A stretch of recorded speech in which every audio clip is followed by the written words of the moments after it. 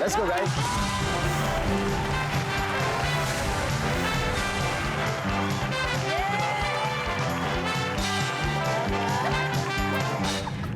Good luck. Top 6 answers are on the board.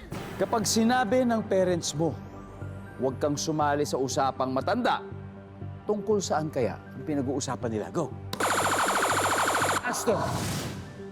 Business. Business. Oh, sabi ni Ashton, business or usaping ano? Negosyo. Usaping pera, di ba? Yung mga negosyo. Nandyan ba ang business? Yes, nandyan. Miss Cheryl, kaya pa kasi may top answer pa, hindi pa nakukuha po. Pag sinabi ng magulang, huwag kang sumali sa usapang matatanda, tungkol saan kaya ang pinag-uusapan nila? Problema. Problema. Can you be more specific? Ano kayang klaseng problema? Problema ng mag-asawa. Problema ng mag-asawa. Yes. Okay. Pass or play? Play. Play? Okay, you play. Ashton, balik tayo. Ma'am, dito po tayo. Yes, yes, yes. Sir Alvin, again, pag sinabi ng parents, huwag kang sumali sa usapang matanda, tungkol saan kaya pinag-uusapan nila? Family matters.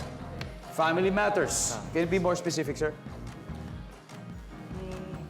Siguro mga Okay. Paolo, again, pag sinabi ng parents, huwag kang sumali sa usapang matanda, tungkol saan kaya pinag-uusapan nila? Sex. Anything sex-related. Ang sabi ng survey ay, yes, it's there. Molina, pag sinabi ng parents, huwag kang sumali sa usapang matanda, tungkol saan kaya yun? Tungkol sa bata. Tungkol sa bata. Tungkol dun sa bata. Tungkol sa kanya. O, tungkol sa bata kasi pinag-uusapan ka namin. Pinag-uusapan ka namin tungkol sa bata. Oh. Yan, Queen Mother, pwede na kayo mag-usap. Ma'am Cheryl, kailangan makuha niyo po ito. Pag sinabi ng parents, huwag ka sumali sa usapang matatanda, tungkol saan kaya pinag-uusapan nila? It's okay, it's okay. Oh, for the third time. Baka For the third time, wala pa rin maisip. Makukuha na natin to for sure. Again, pag sinabi ng parents mo, huwag kang sumali sa usapang matanda, tungkol saan kaya pinag-uusapan nila? Utang? Utang? Okay. Ashton?